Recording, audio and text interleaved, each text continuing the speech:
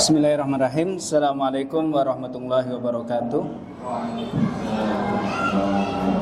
Alhamdulillahirabbil alamin wassalatu wassalamu ala sayyidina Muhammadin sayyidil awwalin wal akhirin wa ala alihi wa sahbihi ajmain. Allahumma la ilma lana illa ma 'allamtana wa 'allimna ma yanfa'una wa zidna ilma warzuqna fahmal anbiya wal mursalin wa ba'du.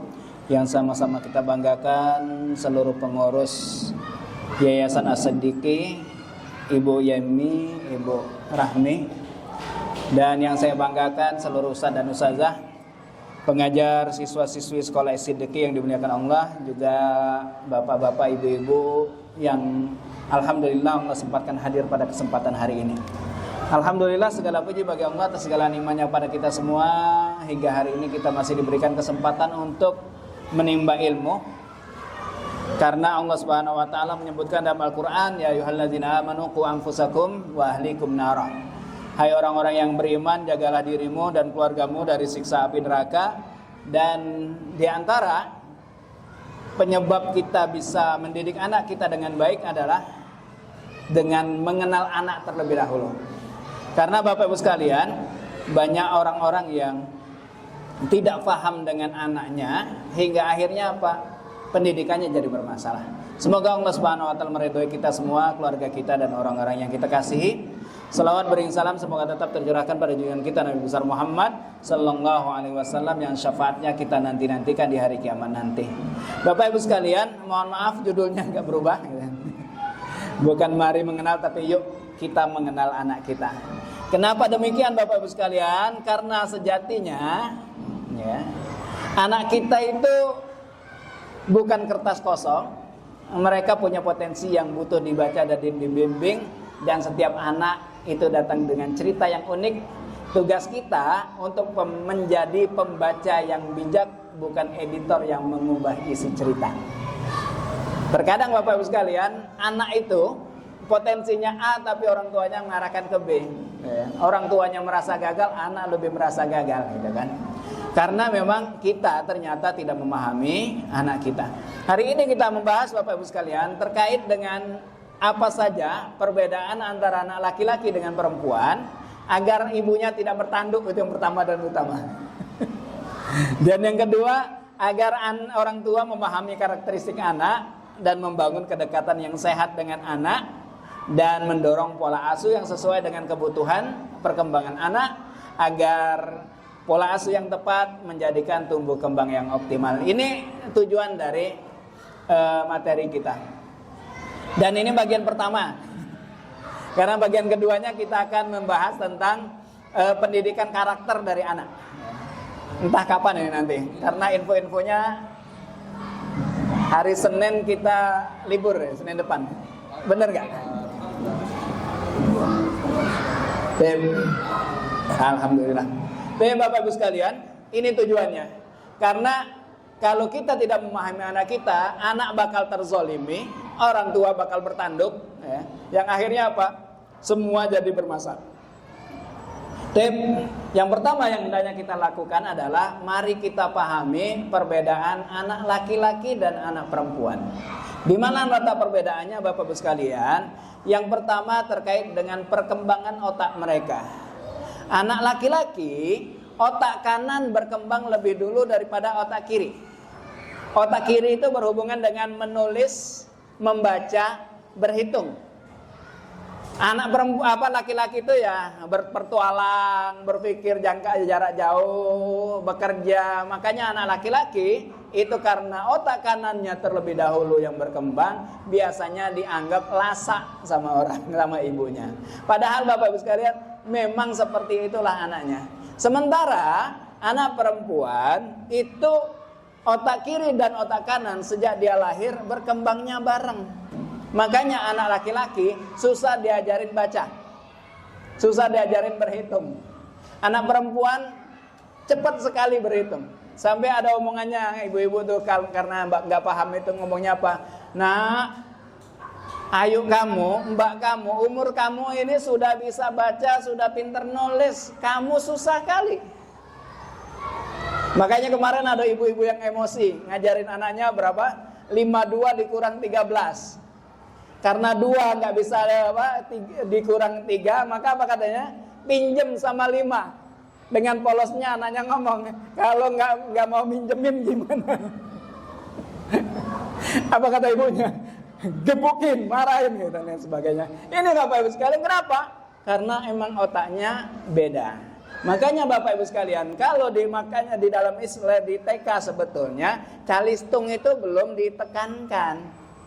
Ya, karena memang anak laki-laki masih susah untuk mempelajari hal tersebut. Makanya mereka anak laki-laki itu cenderungnya menjelajah, imajinasi pikirannya, mengeksplorasi emosinya. Barulah ketika usia 6 sampai 12 tahun otaknya mulai berkembang. Makanya Bapak Ibu sekalian, di kelas 1, kelas 2, kelas 3 sampai kelas 5 biasanya itu anak laki-laki tidak jarang jadi juara. Pasti yang juaranya anak perempuan, gitu kan. Karena anak laki-laki nggak bisa baca, nggak bisa nulis, perhatian gurunya sama anak perempuan, maka mereka bikin masalah. Tujuannya apa? Biar gurunya perhatian sama dia. Itulah sebabnya tambah lasak dia di kelas. Karena apa? Gurunya nggak perhatian. Nah Bapak Ibu sekalian, ketika usia kelas 5, kelas 6 SD ini mulai jadi masalah nih. Apa masalahnya Bapak Ibu sekalian? Ibu biasanya suka berantem sama anak perempuan, bapak suka berantem dengan laki-laki karena hormonnya sudah mulai naik. Ya. Makanya anaknya yang perempuan susah diatur ketika usia kelas 5 sampai kelas 6 karena dia sudah mulai dewasa. Ya. Maaf, kalau perempuan kan biasanya sudah mulai mau datang usia segitu. Makanya suka mulai perhatiannya, ibunya suka diperhatiin, Bu, pakai bedak lah, Bu. Bu, rambutnya itu kalau habis mandi biar nggak keriting dicatok. Bu, pakai tonik itu di akar rambut, minyaknya di batangnya, jangan di akarnya. Karena dia udah paham kalau dia perempuan. Makanya suka berantem usia kelas 5, kelas 6 SD, bapak dengan laki-laki, anak laki-laki, ibu dengan anak perempuan. Memang begitu. Jadi kalau misalnya ibu kok sudah mulai menghadapi hal tersebut, kalau kata orang Jawa, wis wayai. Oke, barulah Bapak Ibu sekalian, ketika usia 12, 13, otak laki-laki yang kirinya juga sudah mulai berkembang hingga mulai mereka ikut menjuarai. Dan naik terus di kelas usia 15, 16 jadi ketua OSIS, jadi ketua ini, perempuan balik ke habitat semula. Jadi apa? Sekretaris atau bagian konsumsi biasanya. Karena apa? Laki-laki sudah otaknya sudah mulai sempurna. Hingga pada usia itu mereka sudah bisa menata gambaran masa depan, membuat kerangka kerja dan menjadi seorang pemimpin. Bapak Ibu sekalian, agar optimal otak anak, maka perhatikan di 5 tahun pertama otaknya. Karena otak anak ketika lahir itu 90%-nya berkembang secara pesat di 5 tahun pertama. Makanya asupan gizinya perhatikan. Apa asupan gizinya? Omega 3, omega 5. Apa fungsi omega 3, omega 5? Untuk menjadi jembatan antar otak. Untuk sinyal-sinyal listrik di antar otak tersebut. Karena tanpa omega itu, kan otak kita itu kalau ada yang pernah lihat, itu kan ada celah-celah. Ada parit-parit itu. Nah, fungsi omega 3 dan omega 5 untuk jadi jembatan agar hantaran listrik otak kita, sinyal otak kita itu lebih lancar. Dan Bapak Ibu sekalian, selain asupan gizinya yang hendaknya dioptimalkan, yang berikutnya Bapak Ibu sekalian, simulasi sensorik, kasih sayang dan interaksi sosial. Anak kalau diajak ngobrol sambil tertawa, didengerin ngaji, kalau ada penelitian Bapak Ibu sekalian dipasangin sensor di kepala anak itu banyak struktur baru. Makanya kalau ibu mandiin anak, kalau yang bayi ya usia 0 sampai di bawah 2 tahun, diajak ngobrol anaknya. Jangan kayak mandiin boneka. Gitu kan? Dimandiin gitu. Aduh, anakku gitu kan. Semoga jadi ini. Nah, itu anaknya sampai ketawa tuh, tangannya gerak-gerak gitu kan. Itu menunjukkan bahwa dia bahagia, otomatis sinyal-sinyal struktur otaknya sudah mulai nyambung, bikin nyambung yang baru, jaringan-jaringan yang baru pun tumbuh. Yang berikutnya Bapak Ibu sekalian, reaksi otak manusia antara laki-laki dengan perempuan beda. Karena perempuan bereaksi pada orang dan wajah hingga mereka menginginkan hubungan dan kerjasama. Maka perempuan seringkali menyampaikan pesan dari hatinya melalui bentuk wajah atau suara, intonasi. Sementara laki-laki enggak, reaksinya ke benda dan bentuknya. Oleh karena itu Bapak Ibu sekalian, kenapa sering laki-laki enggak nyambung dengan perempuan? Karena bedanya di sini. Contoh misalnya ada perempuan ditanya, "Kamu kenapa? Kamu enggak apa-apa?" "Enggak apa-apa." "Terus mau diantar enggak?" "Enggak." "Ya udah kalau enggak antar saya pulang ya." Apa kata perempuan? Enggak peka. Kenapa? Perempuan memang emosi dan wajah, sementara laki-laki bereaksi terkait dengan benda. Makanya laki-laki kalau megang HP tahan. Karena apa? Benda yang dipegang. Makanya Bapak Ibu sekalian, ini penting ininya, dan laki-laki itu apa? Senang untuk bersaing. Makanya anak-anak itu apa? Suka saing-saingan, hebat-hebatan. "Bapakku loh, orangnya gini." Ada lagi ngomongnya, "Apalagi bapakku." Ada lagi yang nanya, "Kamu tahu terusan Suez?" "Tahu, bapak saya yang gali." Ada lagi nggak terima, "Kamu tahu Laut Merah, Laut Mati?" "Tahu, itu bapak saya yang bunuhnya." Gitu. Nah ini Bapak Ibu sekalian, saingan dan kekuasaannya. Makanya laki-laki suka kebut-kebutannya, saing-saingan di sini. Walaupun kalau kadang disalib kok panas. Dulu pernah saya sampaikan, ini terkait dengan luka pendidikan dia di masa silamnya. Yang berikutnya Bapak Ibu sekalian, ada faktor hormon yang berbeda antara laki-laki dengan perempuan. Kalau laki-laki, testosteronnya ada pada dirinya hingga menyukai tantangan dan persaingan. Makanya kalau sudah pembicaraan atau kumpulan yang berat, laki-laki lebih serius, lebih betah daripada perempuan. Makanya ILC banyakkan laki-laki. Sementara perempuan, karena dia estrogen dan progesteronnya yang lebih dominan, maka mereka suka ngomongnya santai-santai, beli tas, ngerujak, jalan-jalan, joka-joka dan lain sebagainya. Topiknya ringan-ringan, ya Bu? Ah itu dia. Ini yang kedua, laki-laki ngomongnya berat, ya, diskusinya berat tentang umat, gitu kan, dan lain sebagainya. Yang ketiga Bapak Ibu sekalian, struktur otak perempuan itu beda dengan laki-laki. Kenapa? Karena korpus kolosumnya atau serabut sarafnya perempuan lebih tebal daripada otak laki-laki, yang menyebabkan perempuan bisa kerja beberapa pekerjaan sekaligus. Nyuci, ngepel, ngisi air cucian, sambil goreng tahu, sambil apa lagi? Sambil ngajarin matematika anak dalam satu waktu bisa. Beda dengan laki-laki. Laki-laki hanya fokus di satu pekerjaan. Oleh karena itu Bapak Ibu sekalian, anak laki-laki itu lebih susah disuruh. "Kamu ya habis ini lakuin ini, beli ini, habis itu mampir ke sini, habis itu ke sini." Udah hilang, selesai. Ya. Ini anak laki-laki memang apa? Otaknya. Bukan anaknya nggak cerdas, tapi memang otaknya bermasalah. Bukan bermasalah, memang dari sononya. Karena korpus kalosumnya perempuan lebih tebal, maka perempuan lebih lancar ngomong. Perempuan itu bisa ngomong sambil denger. Makanya kalau laki-laki berdelapan, satu ngomong 7 dengerin. Kalau perempuan 10 ngomong, 10-10-nya yang ngomong, 10-10 yang denger. Makanya kalau laki-laki ada 8 laki-laki bareng tanpa pegang HP dengan 3 perempuan tanpa HP juga, maka lebih ribut 3 perempuan daripada karena laki-laki Bapak Ibu sekalian, satu laki-laki bicara 7-nya dengerin.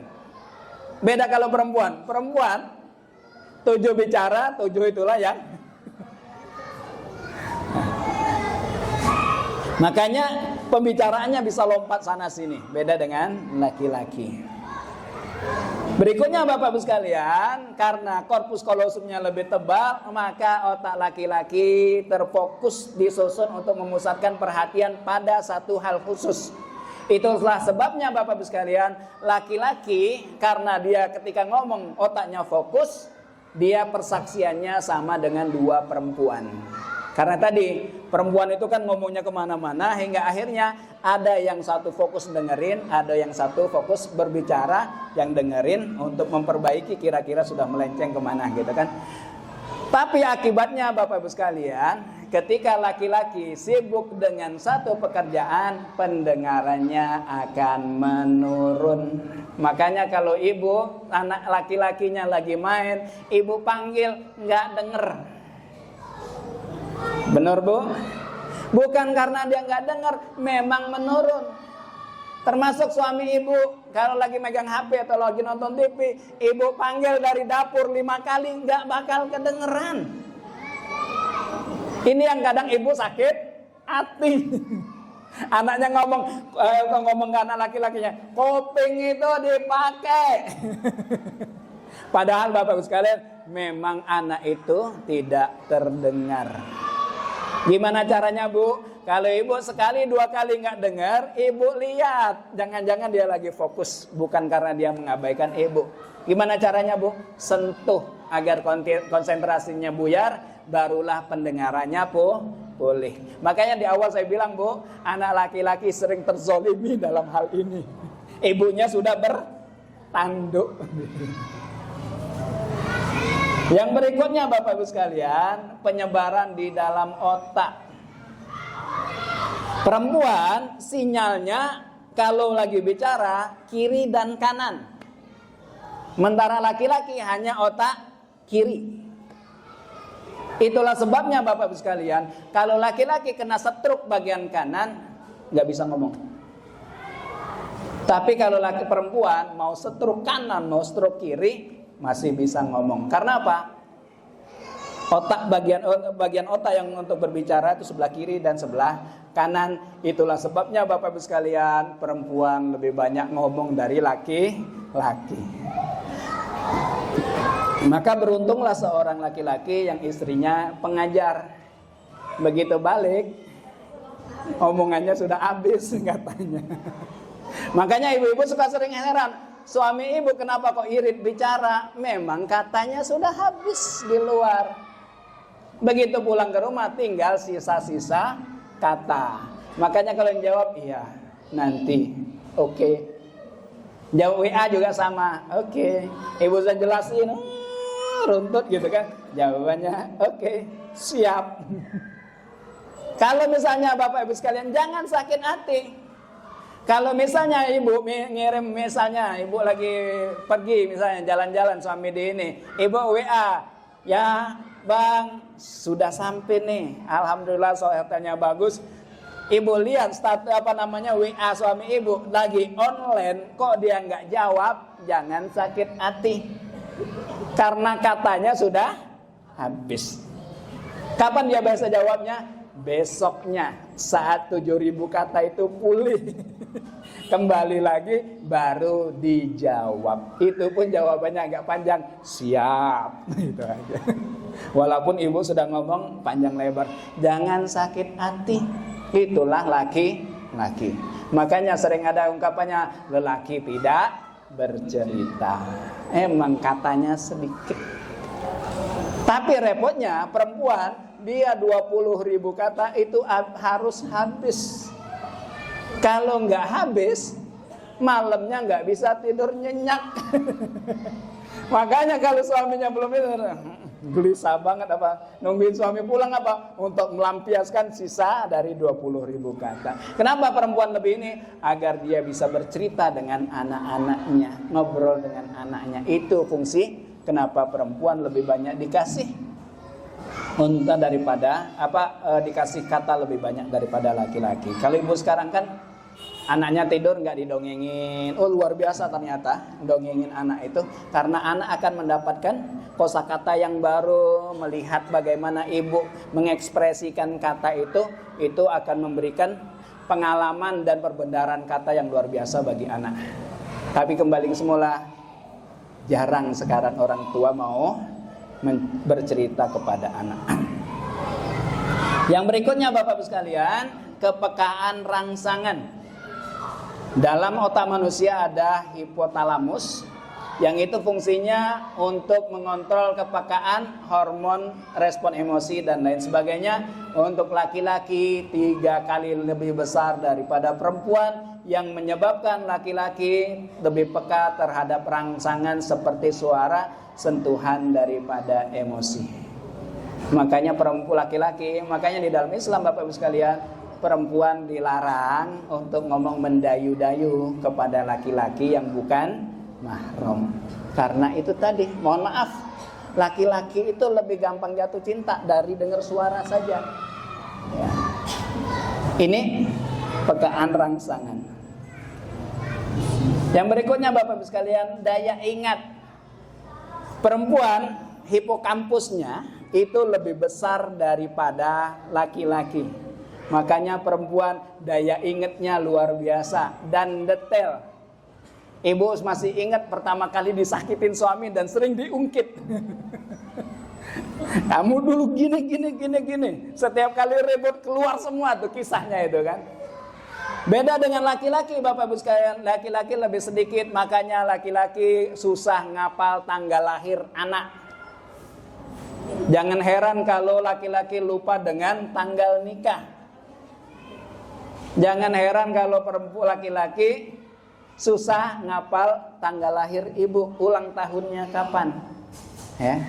Karena memang hipokampus perempuan lebih besar daripada laki-laki. Itulah sebabnya kenapa laki-laki lebih cepat move on daripada perempuan. Namun sel ini juga mudah hilang pada otak perempuan, hingga ketika bertua perempuan akan lebih mudah lupa. Oke. Yang berikutnya Bapak Ibu sekalian, perbedaan penglihatan antara laki-laki dan perempuan. Di mana letak perbedaannya? Yang pertama, perbedaan warna.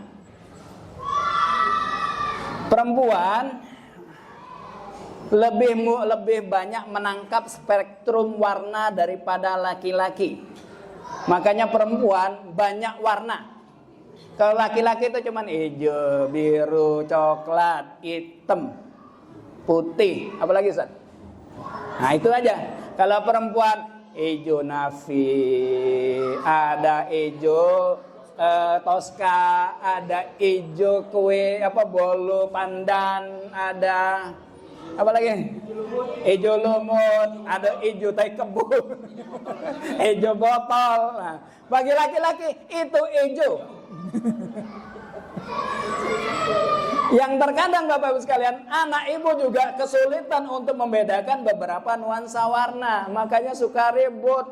Ini apa kata anaknya? Bu, ini merah. Kata ibunya, enggak, ini oranye. Sering Bu, ujung-ujung ibunya keluar ngomong, kamu ini buta warna. Contohnya, laki-laki untuk warna oranye akan muncul lebih merah dibandingkan di mata wanita. Sebaliknya di mata yang lebih dingin, mata wanita menangkap lebih hijau daripada laki-laki jika warna hijau. Maka bagi laki-laki warnanya sedikit kekuning-kuningan. Makanya laki-laki lebih aman ngambil warna dasar. Itu ya. Jadi nggak usah heran Bapak Ibu sekalian ya. Kalau laki-laki nyebutnya hijau, padahal bagi ibu itu bukan hijau. Hijau lumut itu atau hijau-hijau yang lain gitu ya. Yang berikutnya Bapak Ibu sekalian, untuk persepsi ruang, perempuan memiliki penglihatan yang lebih meluas. Makanya ibu sambil goreng bisa lihat tikus lewat. Gede banget tikusnya. Kenapa? Karena lebih lebar. Makanya ibu-ibu sekalian, ibu lebih gampang cari barang yang hilang, lebih gampang nyari barang dibandingkan laki-laki karena jangkauannya lebih melebar. Makanya sering disebut mata perempuan adalah mata penjaga sarang. Di sini biasanya anak laki-laki kembali terzolimi. Kenapa? Karena mata laki-laki bentuknya seperti terowong. Dia lebih fokus kayak teropong. Makanya kalau nyari barang itu harus yang berada sejajar dengan matanya baru ketemu. Makanya seringkali ibu ngomong ke anaknya, cari di situ, nggak ada bu. Begitu datang, ini nah. Makanya nyari pakai mata. Padahal memang tidak terlihat karena matanya seperti teropong. Ya bu ya. Maka mereka juga sering disebut dengan laki-laki dengan mata pemburu. Makanya ibu-ibu sekalian, biar nggak ribut sama suami yang suka nyari, ya, ketika naruh barangnya, taruhlah sejajar dengan mata. Kalau misalnya dia hobi roti, hobi apa, begitu dia buka kulkas,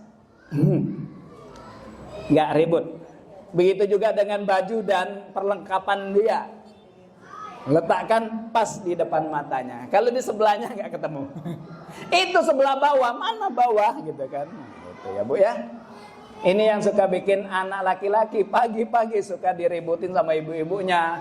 Cari itu jangan pakai mulut, pakai mata. Padahal memang matanya ini. Tapi bapak ibu sekalian,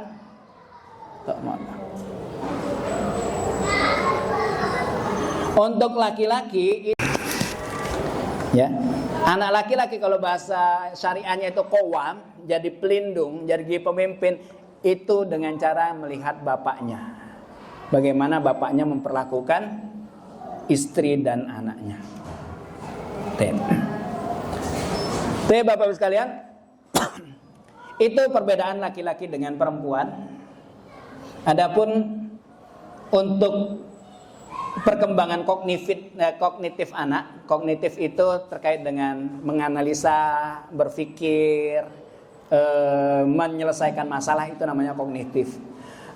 Bagaimana perkembangannya Bapak Ibu sekalian? Yang pertama, prasensori motor di usia 0 sampai 2 tahun. Anak belajar melalui interaksi langsung dengan lingkungannya menggunakan indera dan tindakan motorik. Makanya anak-anak bayi Bapak Ibu sekalian, kalau ketemu sesuatu yang asing, dia akan ambil, goyang-goyangin, lempar. Begitu sudah dilempar, diliatin sama dia, diambil lagi, digigit. Itulah belajarnya anak, ya. Jadi kalau misalnya anak seperti itu biarin aja, bukan dia. Makanya Bapak Ibu sekalian, untuk benda di sekitar anak kecil yang bayi itu usahakan bersih, karena dia akan merasakan atau mengamati itu dengan cara menggigitnya, ya. Jadi kalau misalnya dia dilemparin, itu bukan berarti dia bosen, tapi dia mencoba melihat reaksi dari benda tersebut seperti apa, gitu ya.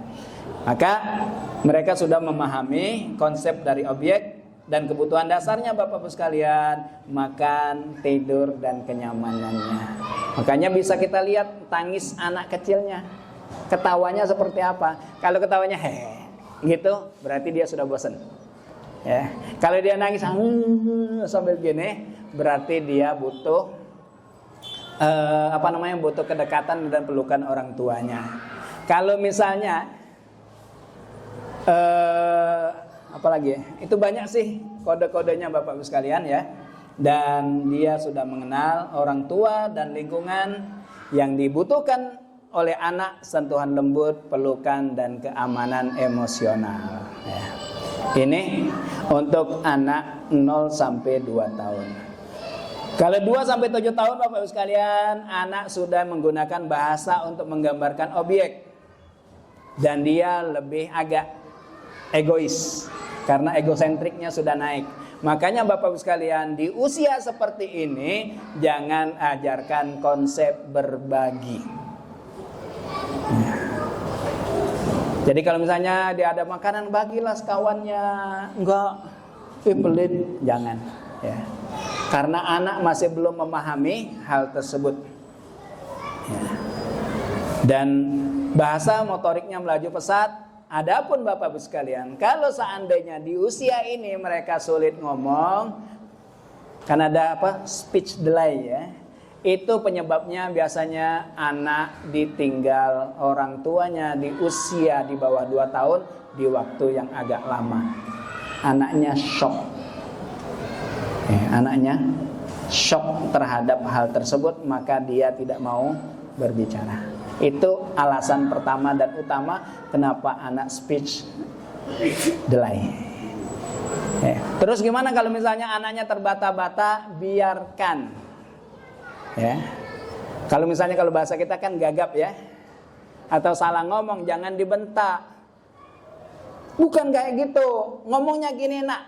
Nah, ketika dia otaknya masih mikirin katanya, sudah diperbaiki, maka dia akan jadi benturan di dalam otaknya hingga dia semakin kesulitan bicara. Ya. Jadi misalnya ngomong jendela jadi endo. Oh ya bunda, itu endonya buka. Oh mau buka jendela. Ingat bahasanya, buka jendela ya. Bukan kita ngomong bukan endo, jendela. Coba loh. Ini yang bikin anak semakin gagap, ya, semakin gagapnya karena itu. Jadi kita biarkan, kita terima dia alamiah. Tapi kita juga menyebutkan, jangan diikutin juga. Bunda bukan endonya. Oh endonya nak dibuka ya. Nah itu tambah salah juga, ya. Ini ibu-ibu sekalian, apa respon yang dibutuhkan?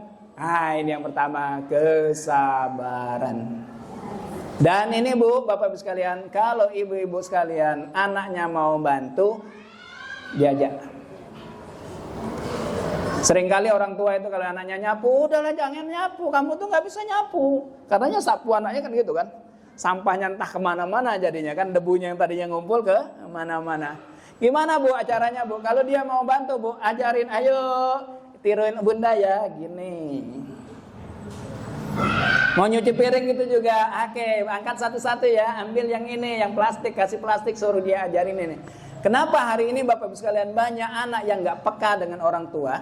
Ada orang tua itu nyuci piring, rumah berantakan, anaknya cuek aja. Kenapa? Karena di dalam benaknya kalau saya nolong nanti ibu marah. Baru juga megang sapu, jangan megang sapu. Mau nyuci piring nanti pecah piringnya. Dan ini berbekas di otaknya hingga akhirnya ngapain saya bantu ibu. Hati-hati. Keseruan eksplorasi dan bimbingan positif. Nah di saat ini ibu-ibu sekalian ingat, anak jangan diajak ke masjid kecuali kalau dia siap ke masjid. Ya. Anak di bawah 7 tahun nggak boleh disuruh sholat, diajak suruh sholat nggak perlu. Cuman kalau dia mau ikutan sholat silahkan. Tapi ayo kita sholat nggak perlu. Ya.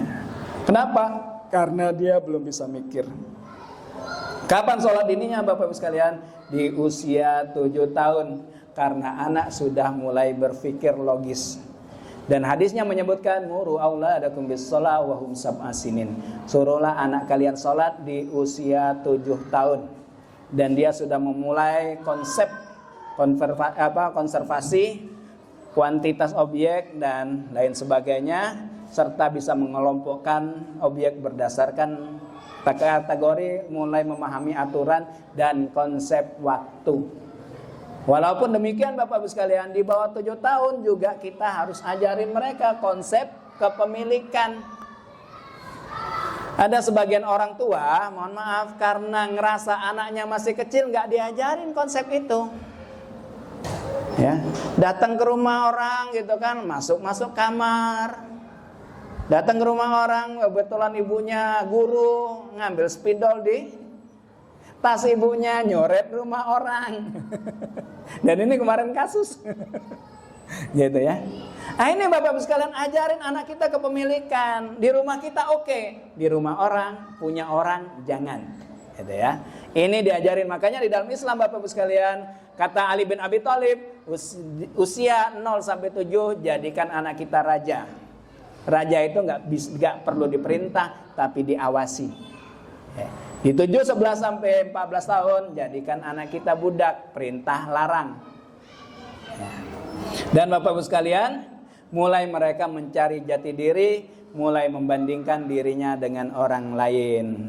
Makanya tadi di awal, ibu mulai berkonflik dengan anak. Di usia, bukan di usia ini. Ya. Yang respon banyak kita lakukan adalah karakter, nilai kepercayaan diri. Karena Bapak Ibu sekalian, biasanya anak seperti usia 7 sampai 11 tahun mulai membayangkan bahwa jati dirinya terletak dengan outfit yang dia kenakan.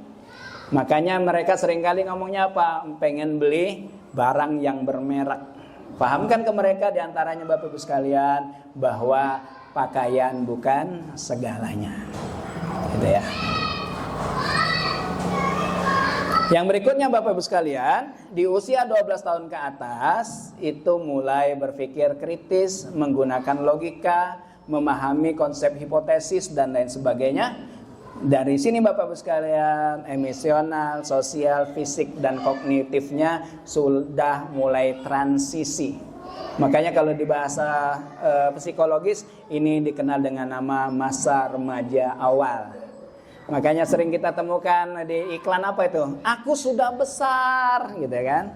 Kenapa? Karena dia sudah mulai merasa transisi. Dan ini Bapak Ibu sekalian, fase yang paling menyebalkan pada anak bagi orang tuanya. Kadang lihat dia diam aja kita sebel. Ya, karena apa? Karena emang kita ngelihat dia sudah dewasa tapi dia masih kadang agak kekanak-kanakan. Tapi Bapak Ibu sekalian, mulai membentuk identitas dan kemandirian. Responnya Bapak Ibu sekalian, dialog dua arah. Empatinya dan pengakuan dia sebagai individu. Makanya anak di usia ini Bapak Ibu sekalian, lebih banyak kita mendengar daripada nasihatin. Ya, di usia 12 tahun ke atas, dialog. Jangan menekan, jangan menghakimi, jangan menyudutkan. Ketika kita bicara dengan dia, kita melakukan hal itu, anak akan lari dari kita. Karena dia mencari jati dirinya. Dan pada saat ini Bapak Ibu sekalian, ya, nanti kita akan bahas. Nyambung gak ya? Berikutnya Bapak Ibu sekalian, gimana cara mengoptimalkan kognitif anak? Yang pertama, berikan simulasi yang sesuai dengan usianya. Buku, mainan, kegiatan, itu sesuaikan dengan usia, membantu anak untuk belajar dan berkembang. Yang kedua Bapak Ibu sekalian, ciptakan lingkungan yang mendukung. Ya. Dan ini butuh peran dari orang tua, bapak dan ibu. Kenapa Bapak Ibu sekalian sekarang sudah mulai banyak yang gay? Kenapa banyak yang lesbi? Nauzubillah min zalik. Karena mereka lapar orang tua. Ada bukunya Bu, cara asik jadi gay. Ada bukunya, sudah ada. Kenapa Bapak Ibu sekalian? Karena mereka tidak mendapatkan lingkungan yang baik, atau khususnya bapak. Bapaknya menyakiti ibunya, bapaknya memarahinya, bapaknya ini hingga akhirnya apa? Ibunya bercerita kepada anak laki-lakinya, nak, jangan kayak bapak, kamu tuh harus gini hingga akhirnya dia benci dengan bapaknya, dia akhirnya kehilangan sosok ayah, hingga kalau anaknya anak perempuan dia jadi lesbi. Ya. Karena dia kehilangan sosok ayah di dia. Untuk laki-laki karena itu tadi, karena dia enggak mau menyakiti, karena perempuan ini yang disakiti, maka dia mencintai laki-laki. Ya. Makanya ibu-ibu sekalian, kalau bapaknya agak jauh, kalaupun saat pulang suruh melakukan aktivitas yang positif bersama anak. Ya. Bapak jauh boleh, tapi itu tadi ketika datang tunjukkan kalau anak punya bapak. Makanya penting Bapak Ibu sekalian untuk mengetahui apakah anak bangga dengan bapaknya atau tidak. Gimana cara menanyakannya Bapak Ibu sekalian? Jangan ditanyain bapaknya nanya ke anaknya atau ibu nanya ke bapaknya, "Nah, kamu bangga dengan ada bapak?" Jawab. Itu mah intimidasi itu. Di mana kita tahunya Bapak Ibu sekalian? Tanyakan sama orang yang suka diajak cerita. Kawan-kawannya pernah cerita nggak tentang bapaknya? Gimana cerita bapaknya? Ya. Bapak aku tuh kalau di rumah serem. Nah, ini hati-hati. Saya juga sempat dulu bermasalah Bapak Ibu sekalian. Sampai kemarin saya nanya gitu kan. Di mata kamu bapak ini kayak gimana? Oh, bapak ini gini. Oh, ternyata. Karena saya sempat nganggur intelektual Bapak Ibu sekalian. Dari 2013 sampai 2020. Kerjaan saya jual tanah air, jual tanah, jual air. Nah. Hah? Bukan. Saya jualan tanah kaplingan dulu. Jual kaplingan, jualan umroh, jualan apa lagi gitu zaman itu. Sampai 2020. Karena agak sebel dengan kepala sekolah yang dulu, maka saya memutuskan untuk keluar dari sekolah. Dan selanjutnya Bapak-Ibu sekalian, berikan waktu bermain yang cukup. Kalau kira-kira kita sudah mau ngajak anak untuk balik, Bapak-Ibu sekalian, jangan langsung, ayo kita balik. Jangan. Karena apa? Anaknya belum terpuaskan. Gimana caranya Bapak-Ibu sekalian? Kalau anak lagi main gitu kan, lagi asik lari-lari, main layangan, terus kita pengen dia balik, kasih waktu. Nah, 5 menit lagi kita balik ya. Anak paham, oh saya 5 menit harus selesai. Kalau lagi asik-asik Bapak-Ibu sekalian, tiba-tiba diajak balik, sudah main terus, balik. Anak itu akan keselnya luar biasa. Sama juga kalau misalnya lagi nonton ya Bapak-Ibu sekalian, tiba-tiba ibu langsung mematikan TV-nya. Sudah kamu udah lama nonton, matiin TV-nya, penasarannya masih membuncah, itu akan menyakitkan bagi anak. Ya, gimana caranya? Kalau misalnya dia lagi nonton, kira-kira masih sedikit lagi ya, habis ini sudah ya. Biasanya Bapak-Ibu sekalian, ketika kita sampaikan gitu, begitu tontonannya selesai, dia akan matikan dan melanjutkan apa yang kita inginkan. Jadi berikan waktu yang cukup. Yang berikutnya Bapak-Ibu sekalian, dorong interaksi sosial. Interaksi dengan kawan, dengan lebih dewasa, agar mereka juga terbiasa ngomong dengan orang dewasa. Ini biasanya anak kecil itu nggak dikasih kesempatan ngomong sama orang dewasa. Anak-anak gitu kan, ibunya lagi ngobrol, anaknya datang, hus, ngapain kesini? Ayo sana, ganggu bewong tua. Kenapa? Ibunya mau gibah masal kan? Biar anaknya nggak kedengeran. Itu yang sering terjadi, hingga akhirnya Bapak-Ibu sekalian, ketika anaknya mau bertanya ke orang tua, atau ketika dia bertanya suka dimarahin sama orang tua, maka dia akan sulit bertanya di kemudian hari. Maka sering waktu kita sekolah dulu, kalau mau nanya ke guru, perasaan apa? Takut. Ada? Kenapa? Karena kita waktu kecil diperlakukan seperti itu. Kita nggak boleh nanya, kalau nanya suka dimarahin. Ma, kenapa jeruknya warna kuning? Terserahlah. Udahlah kau nih, ganti baju dulu. Yang berikutnya Bapak-Ibu sekalian, berikan contoh yang baik. Ya. Apa yang bisa kita lakukan Bapak-Ibu sekalian? Dengarkan anak dengan penuh perhatian, hargai perasaan mereka, pendapat mereka juga sama, dan jangan permalukan mereka di hadapan kawannya yang lain. Ya. Kalau nyubit anak, marahin anak depan kawannya, dia Bapak-Ibu sekalian, cubitannya nggak sakit, harga dirinya hancur. Ya. Maka seringkali anak itu akan dendam dengan orang tuanya.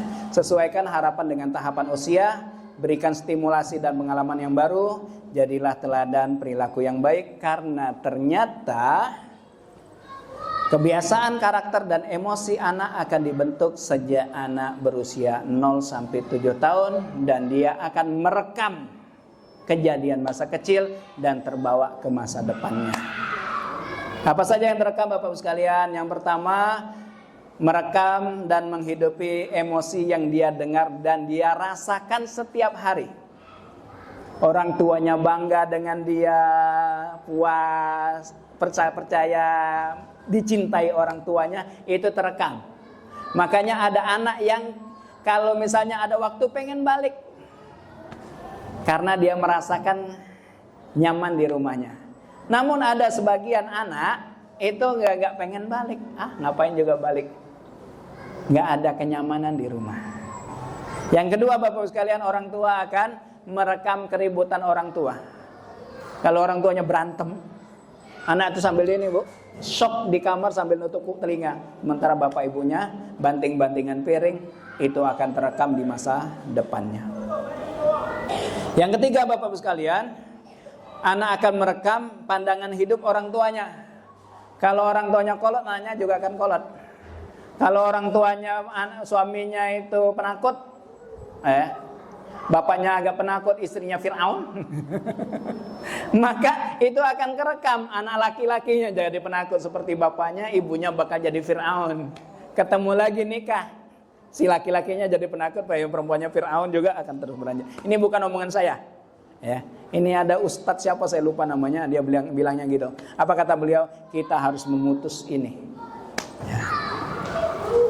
Bisa kebayang Bapak Ibu sekalian, betapa banyak anak yang karena pandangan hidup orang tuanya atau orang-orang dewasa sekitarnya, dan itu terbawa sampai dewasa. Yang berikutnya Bapak Ibu sekalian, orang tuanya suka marah dan membentak anak, maka anak akan jadi penakut atau jadi anak pemberontak, dan itu juga berpengaruh. Makanya kalau ibu pengen anak laki-laki ibu sayang sama keluarga, sayang dengan anak, suruh suami ibu menjadikan contoh seperti itu. Jadi ada seorang ustadz itu, ketika anak-anaknya selesai sholat itu diajarkan, disuruh untuk mendoakan kakek neneknya. Begitu sang anak dewasa sudah mulai paham, bapaknya ngomong, "Nak, bapak suruh kamu untuk mendoakan kakek dan nenek agar kalian tahu betapa besar sayang dan bakti bapak kepada kakekmu. Harapannya adalah kamu juga berbakti sebagaimana bapak dulu berbakti dengan kakek dan nenek." Tapi jangan ini ya Bapak-Ibu sekalian, jangan salah jawab. Jadi ada seorang anak itu nanya ke bapaknya, "Pak, kenapa bapak banyak uban?" Apa kata anaknya? Kata bapaknya, "Bapak beruban itu karena pening mikirin kamu, yang kelakuannya itu kamu yang agak-agak nakal gitu." Apa kata anaknya? "Oh, saya tahu kenapa kakek ubanan semua." Paham ya Bapak Ibu sekalian? Yang berikutnya Bapak sekalian, anak mengingat jelas sensasi makanan yang paling disukainya, aroma dan warnanya. Makanya anak sering bilang, makanan yang paling enak adalah makanan masakan ibu. Makanya di Jepang Bapak sekalian, Nescafe itu, permen apa yang kopi itu? Torabika ya? Permen apa? Kopiko, salah Kopiko.